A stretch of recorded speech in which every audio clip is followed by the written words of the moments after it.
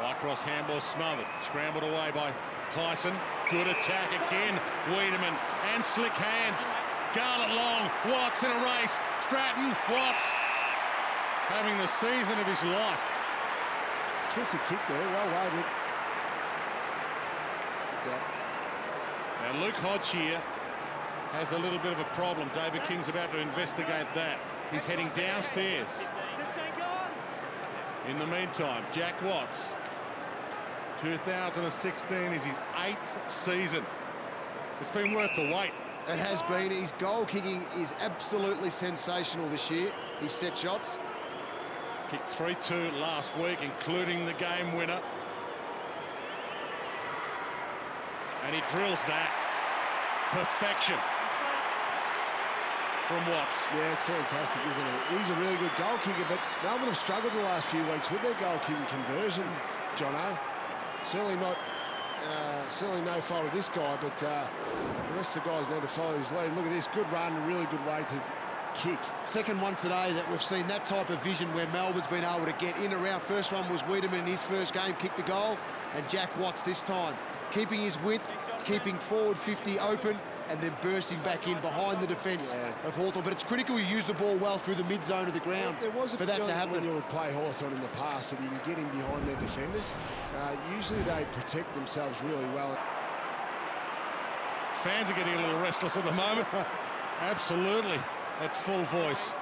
Viney with a 1-2 with Vince. Burst free. Good attack, Pedersen. Wiedemann, clever. To Kent, who sees Watts and hits him. Oh, that was a great kick, was it, Jono? Ball movement has been magnificent. Wiedemann's been involved 3 or 4 times now. He kicked the goal himself, a couple of score assists to go with it, and he stayed down in the contest, was able to trap it, knew where Kent was, and then that bullet coming inside 50 made Jack Watts come back at the ball. Melbourne can finish as high as 9th. They can't make the finals. But 9th would be a pretty good spot to finish to emphasise their improvement this year, and a win over Hawthorn would be massive. Watts for his second. He's never really in doubt. Melbourne back in front. It was really good, really solid play off half-back. Their run and drive was excellent once again, and look, they sneak back in front, Brownie. Yeah, look at this. It's really interesting. Now, let's have a look at this contest. Here's Jack Watts here. And let's also watch for Dean Kent when he gets it. This is chemistry in the forward line, okay? Jack Watts pulls back. Kent's got the ball, but he lets Kent kick the ball first before moving forward to the ball. That is a perfect example of good forward line chemistry with the midfield.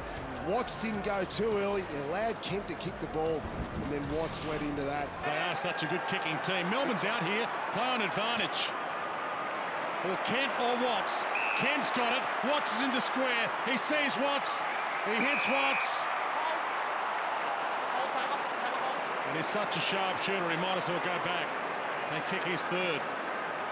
That's been where Melbourne have been excellent today, Brownie. I haven't seen Hawthorn beaten like this around the stoppages for damage. This will be the 6th goal.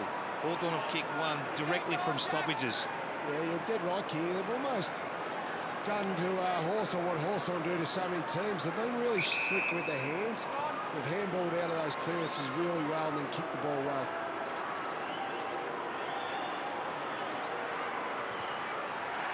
Watts has 3, and Melbourne has their biggest lead of the game, 17 points. What about the year Jack Watts is having? Absolutely sensational. And you can see in there, in behind, Gibson's the one on him. Because Tyson's kick was so good to Kent in the middle of the ground, Gibson has to make a decision when to come up and block the kick. He was waiting for Jarray to get back, couldn't. And Jack Watts was able to pop out the back all by himself.